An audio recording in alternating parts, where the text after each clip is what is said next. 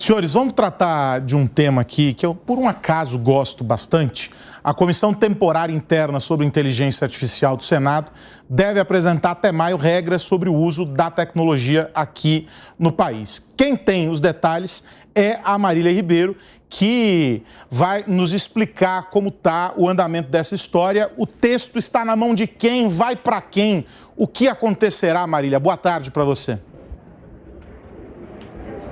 Oi, Aros, boa tarde. Exatamente. O relatório preliminar ele tem até o dia 9 de maio para receber as emendas e o Senado vai ter até o dia 23 desse mesmo mês para finalizar os trabalhos. O relatório preliminar ele foi apresentado na última quarta-feira pelo relator, o senador Eduardo Gomes, do PL de Tocantins, e o texto agrupa diferentes propostas sobre a inteligência artificial.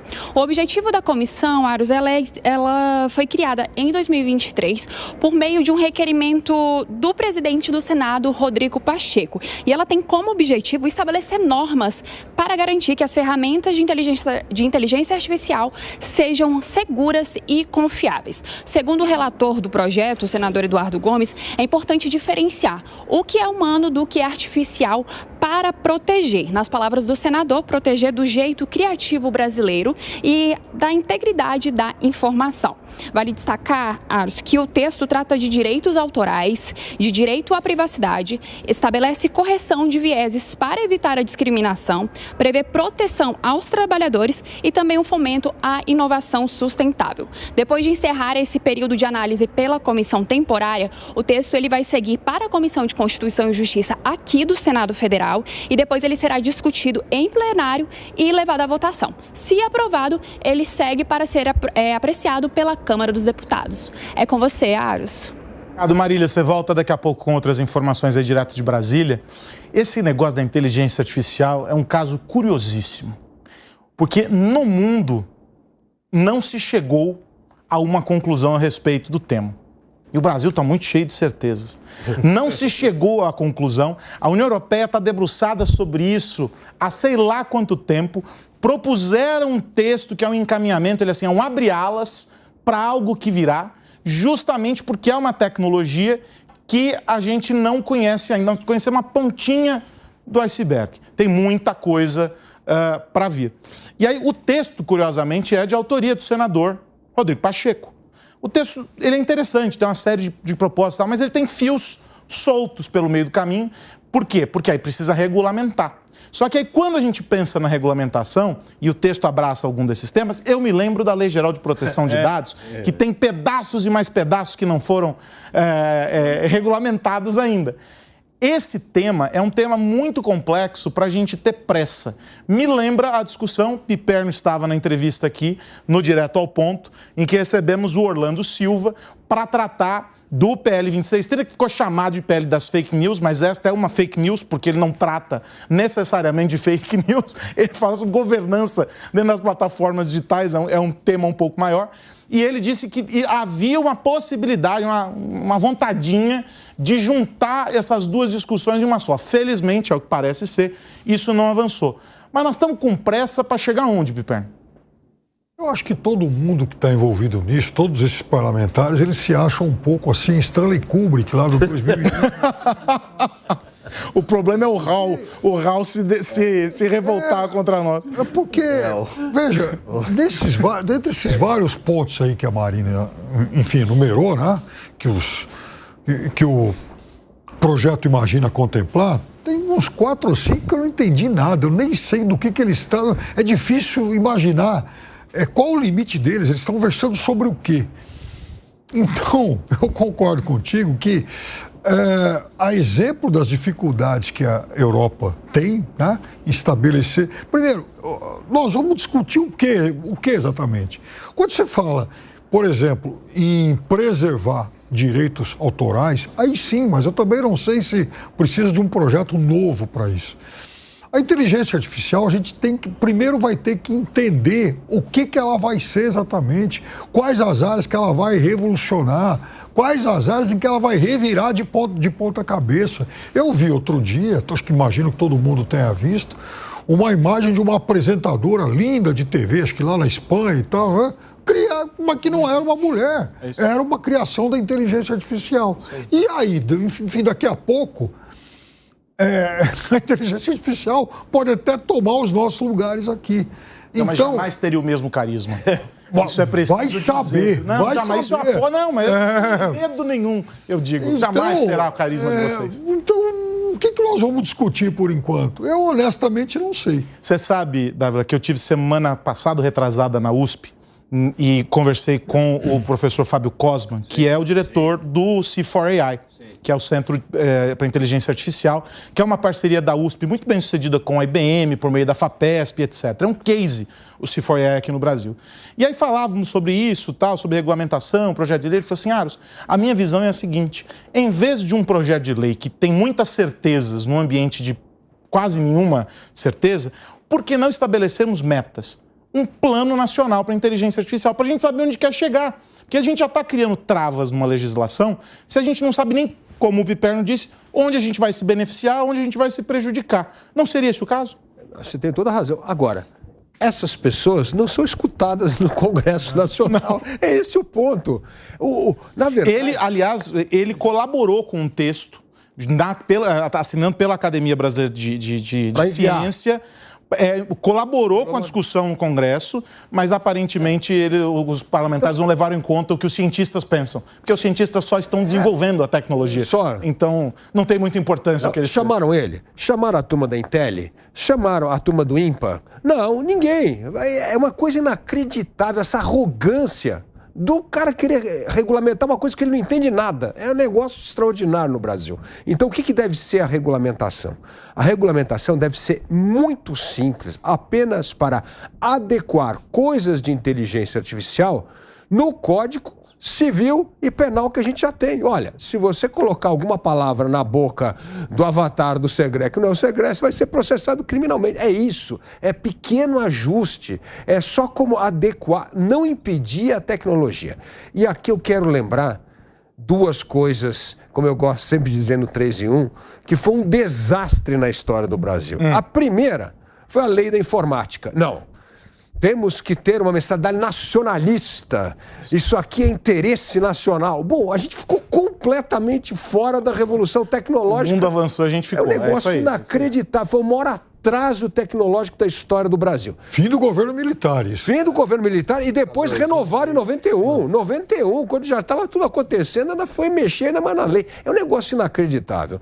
Segunda vez que fizeram isso foi com a privatização, a abertura do mercado de telefonia, que tratavam o telefone celular como artigo de luxo só para o super rico. E que na hora que você fez o modelo, você tinha que investir em orelhão. O orelhão virou a coisa mais obsoleta do mundo e o celular virou a ferramenta de todo brasileiro. Então, olha que absurdo que é você querer regulamentar uma coisa que você não tem noção do que a tecnologia vai trazer. Então, nós já cometemos 2 grandes erros no passado. Não vamos cometer o terceiro e ficar de fora da inteligência artificial que vai revolucionar a nossa maneira de trabalhar, de se comportar, viver, trocar e vender. É uma coisa inacreditável. Veja só, aliás, o Jornal Estado de São Paulo está trazendo uma série de matérias muito boas sobre o assunto, como que a inteligência artificial já vem impactando positivamente a gestão pública, melhorando a questão da segurança, melhorando a qualidade do atendimento nos hospitais, na saúde.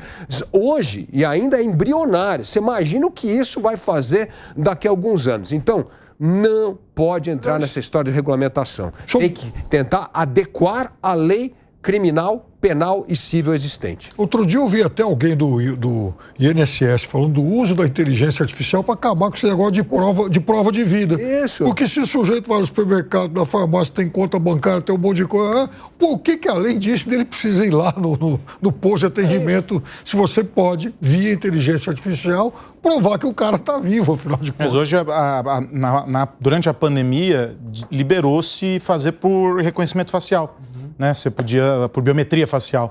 Foi um avanço. É um instrumento que usa também inteligência artificial, ou seja, tem um sem número de aplicações. Mas diga, Gani. Não, exatamente. O Aros, um dos aspectos mais interessantes do conservadorismo, ao meu ver, é que as mudanças na sociedade, elas têm que ser feitas com muita calma. Caso contrário, vira um experimento social. Então, não é que o conservador ele é contra as mudanças, contra algum grau de regulação, mas tudo tem que ser feito com muito cuidado.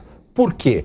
Qual que é o grande desafio da inteligência artificial? Algo que é tão novo e a gente nem sabe onde que isso vai dar, mas que vai ser o desafio. Tem que preservar aí 3 pilares. Primeiro, o empreendedorismo. Quer dizer, você não pode fazer aí um tipo de regulação que vai sufocar, né, a criação de tecnologia, porque a inteligência artificial aumenta a produtividade. Você pega lá o ChatGPT, o que aumentou a produtividade aí para algumas empresas, não é brincadeira. Outro ponto, passa pelo desafio da liberdade de expressão também. Como manter a liberdade de expressão e não fazer um mau uso da inteligência artificial? Segundo ponto importante. Eu vou pedir para você voltar dos 3 pontos, para que quem começou a nos acompanhar agora retome a memória do que você dizia sobre os 3 aspectos que temos que observar e que são importantes nesse contexto. Fala os 3 para recuperar. Volta todo o raciocínio. Obrigado, Aros. Olha só, primeiro, né? As mudanças numa sociedade, elas têm que ser feitas com uma certa cautela, principalmente quando a gente não sabe os resultados dessa mudança. Então, a parcimônia, nesse caso, ela é muito bem-vinda, muito cuidado nessa hora. E quais são os 3 desafios da inteligência artificial? Primeiro, é garantir a liberdade do empreendedorismo, a produtividade. Muitas empresas hoje estão já utilizando a inteligência artificial e aumentou a produtividade. Você pega o ChatGPT, a pessoa que sabe mexer bem naquilo, ela cria ali trabalhos, relatórios, né, aliando ali a experiência humana, o conhecimento humano, com o conhecimento da inteligência artificial. Então, garantir que esse processo continue, porque isso tem impacto positivo na economia, portanto, no social também. Segundo ponto, garantir a liberdade de expressão, porque a gente sabe que com a inteligência artificial a gente pode fazer um mau uso da liberdade de expressão, sim, né? Você pode caluniar lá, você bota palavras na boca de uma pessoa falando, até desmentir, enfim. Mas como garantir a liberdade de expressão, que é essencial? E o terceiro ponto é garantir a liberdade individual. Porque a gente sabe que muitas vezes a tecnologia ela pode ser usada para o controle em relação ao indivíduo, Aros. E aí é impressionante como a arte antecipa o futuro, antecipa a realidade. Se a gente pegar, por exemplo, 1984, uma semelhança com a realidade. Se a gente pega Admirável Mundo Novo, sim, há semelhança com a realidade. Se a gente pega uma série como Black Mirror, traz todos esses desafios, né, da inteligência artificial. Qual que é a fronteira ética? Qual que é a fronteira moral? Até que ponto os governantes não podem usar isso para o controle em relação ao indivíduo? Então tem muitos desafios. E a gente está muito longe de ter essas respostas. Por isso que qualquer regulação agora é muito perigosa, porque pode inviabilizar a liberdade. Veja que eu falei de liberdade de expressão, liberdade individual e liberdade econômica. Você sabe que... Eu vou aproveitar e fazer um merchan aqui. Na semana passada ou retrasada, está disponível lá no Panflix, o programa Na Real. Eu recebi, na semana que passou, o Carlos Afonso Souza, que é um dos autores do Marco Civil da Internet, e na semana anterior a Luciana Moerdaui, que é pesquisadora de mídias e de comunicação e etc., falando justamente sobre isso, sobre essa relação entre plataformas e os indivíduos. E os dois tratam da regulação com muito cuidado. Primeiro porque o Carlos Afonso é um dos caras que ajudou a pensar, é um dos pais do Marco Civil, que é um texto super importante, referência para o mundo todo. E a Luciana pelo lado da educação midiática. E ela diz que uma das nossas grandes falhas é não estabelecer esse processo de educação midiática para que as pessoas consigam se relacionar com as plataformas digitais de uma maneira madura. E aí isso faz com que não só a criança, não só o idoso, mas todos nós sejamos reféns dessas plataformas. Por exemplo, tem números que mostram, a gente discutiu isso no programa, que 80% das pessoas simplesmente não clicam em links de WhatsApp, elas só repassam, viu o título e repassou. Então isso é muito, muito sério. E aí a gente discutiu isso lá no Na Real, falando sobre combate à desinformação e etc. O programa está disponível no Panflix para quem quiser assistir. E aí eu quero... Diga, Piperno. Não, é muito importante isso, porque você certamente estudou muito, tal, você vai se lembrar da história, da série de cuidados e dos investimentos que as empresas fizeram em função até da onda de terror que foi feito antes do tal bug do milênio. Isso aí. Muito bem. E que, de certa forma, não trouxe consequência alguma. As empresas acabaram neutralizando qualquer tipo de ameaça. Então a gente não sabe, por exemplo, se com a universalização do uso da inteligência artificial, se daqui 10, 20 anos, por exemplo, vai haver alguma onda de ameaças a sistema bancário, a voos, a sei lá o que, a tudo que envolva tecnologia.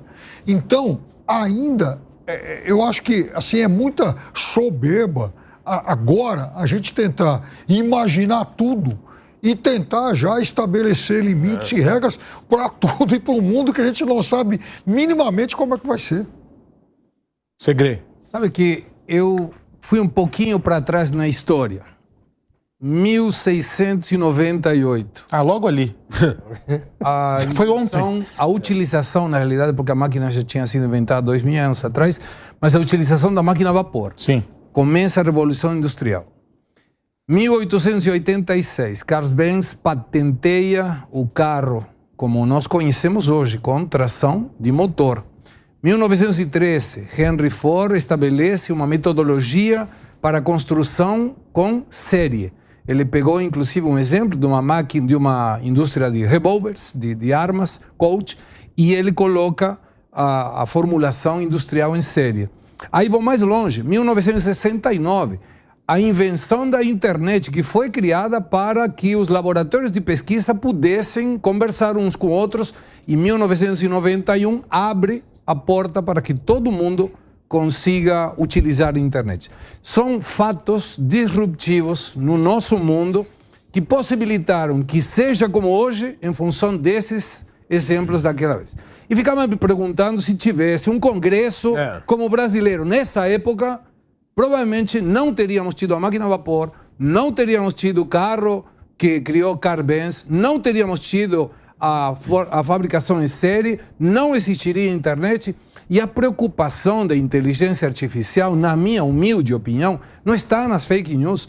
As próprias plataformas já descobriram como colocar, e isso será implementado em pouco tempo. Se um trabalho, um vídeo qualquer tem inteligência artificial, eles vão colocar, esse vídeo tem atividade de inteligência artificial. E você já regulamentou. Aí toma o resto com as leis que hoje já existem e você resolveu a parada. Sabe qual é a preocupação que nossos políticos deveriam tomar? É que tem um monte de trabalhos que hoje são feitos pela pessoa e não vão ser mais. É isso. Esse é o problema. Não é se alguém vai ser colocado num vídeo que é errado ou está discrepando. Mas aí, porque isso pode ser. Mas veja que interessante. Da mesma forma que é um problema, pode não ser. Porque se nós tivéssemos um investimento aqui na educação básica, com orientação para matemáticos, o Brasil é péssimo nos índices de matemática, eu falo isso globalmente falando. Se nós tivéssemos um cuidado maior, e estou falando de ensinar tabuada, não estou falando de ensinar o cara a escrever linha de código.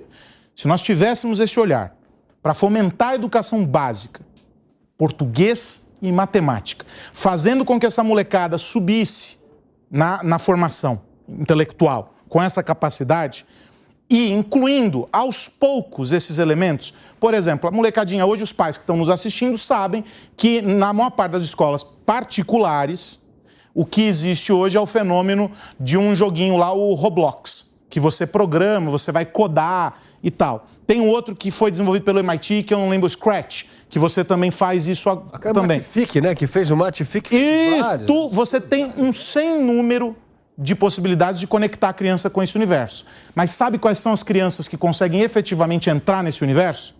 Aquelas que vão bem em matemática, aquelas que vão bem em português, porque elas conseguem primeiro inteligência artificial, qualquer tipo de software, antes de qualquer coisa lógica, você compreender o que você quer. Se o cara não sabe interpretar texto, ele também não sabe propor um. E aí é muito difícil. Então nós estamos amarrando cachorro com a linguiça. Nós estamos preocupados com a inteligência artificial roubando empregos e tirando as pessoas, mas nós não estamos capacitando essas pessoas para trabalhar usando essas ferramentas. O problema não é o ChatGPT. O problema é o cara achar que o ChatGPT vai entregar tudo para ele. Porque se você pegar a faca, colocar ela em cima da tábua, colocar o tomate do lado e esperar que ela corte o tomate, não vai acontecer. Você precisa aprender a usar a faca. Esse é o grande ponto aqui. E nenhum dos projetos versa sobre esse tema. O que nós estamos fazendo para a formação básica dessa molecada? E aí nós estamos preocupados que a inteligência artificial vai roubar emprego? É isso mesmo. Então, Não, é mas isso mesmo. me permita concluir uma coisinha. Estou imaginando se a lei para a regulamentação de inteligência artificial fosse feita pelo ChatGPT. Já pensou? Eu vou buscar amanhã como seria uma lei, Uma lei para pelo ChatGPT. regulamentar Ótimo, amanhã você pela traz pra gente. ChatGPT. E uma outra que não podia perder essa ironia. Todos esses inventos que foram disruptivos e mudaram a história da humanidade, como nós conhecemos hoje, foram todos feitos em países capitalistas. Viu, Piperno? Para você que... Pois é, né? Por incrível que pareça, Yuri Gagarin, que foi o primeiro lá, era russo, era soviético. Que ele ia invocar a corrida espacial. Opa!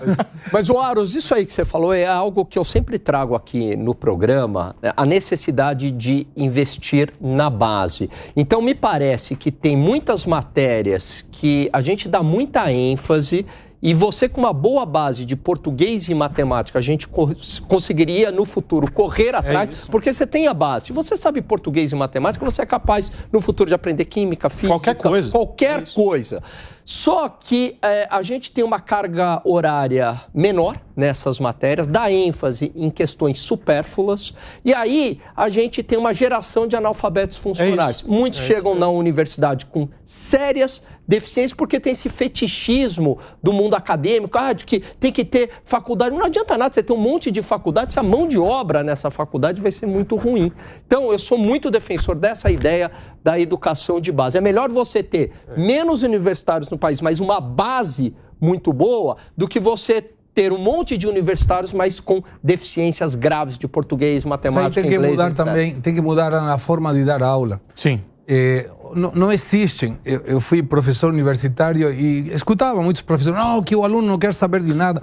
Não existe aluno pouco interessado. Existe professor pouco interessante. Quando o professor não capta a atenção do aluno, não adianta o que você colocar no meio, ele não vai ter vontade de aprender. Então, é uma conjunção de muitas coisas, mas base na educação, melhora o futuro. Sem uma educação de base, não teremos um futuro. E essa coisa do viés do nosso parlamento é muito engraçado, porque é o seguinte, vocês lembram dos aplicativos de transporte, quando começou a história da Uber aqui no Brasil e tal? Eu acompanhei as audiências públicas, recebi todo mundo aqui. A Jovem Pan foi um dos primeiros lugares a receber o representante da Uber aqui no Brasil. E eu fiz uma longa entrevista com ele, etc. E aí eu me lembro que cidades Brasil afora, que nem frota de táxi tinha, não existia táxi nessas cidades. Então não havia necessidade de uma discussão como aconteceu aqui em São Paulo, na magnitude em que foi pelo tamanho da nossa frota de táxi. E aí nós estamos falando sobre comparar dois modelos. Nessas cidades não havia o primeiro modelo. Então não tinha problema.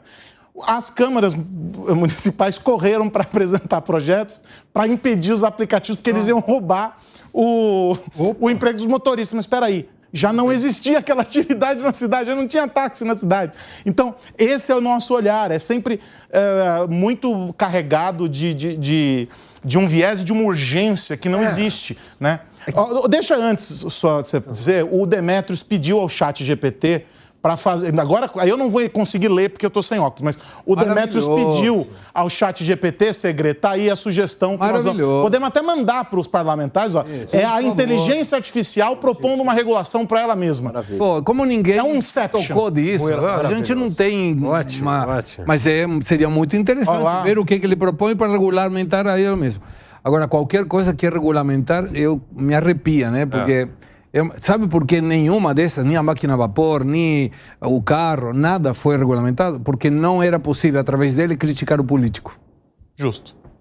Para fechar esse tema, Dávila, você ia dizer? Não, é isso mesmo, que essa mentalidade protetora, no fundo, tem um maior preconceito por trás disso. Toda vez que alguém é muito protetor, é porque acha que o outro lado é um idiota. Você acha que o cidadão é um idiota. Então precisa ter lá um poder supremo que vai regulamentar as coisas para proteger o coitadinho contra a grande tecnologia, o que é uma burrice total, só vai piorar a vida dessa pessoa. É isso que nós fizemos, retardando o desenvolvimento tecnológico com legislação no Brasil, como foi o caso da lei da informática, e depois como foi também aquele modelo completamente errado de proteger o telefone celular como produto de luxo, como se fosse uma bolsa da Louis Vuitton. E virou hoje um produto que todo mundo tem. Aliás, tem mais telefone celular do que brasileiro, né? Então é o que mostra como não dá para entender o que a tecnologia vai fazer, produzir, transformar a vida e a realidade que todos nós vivemos.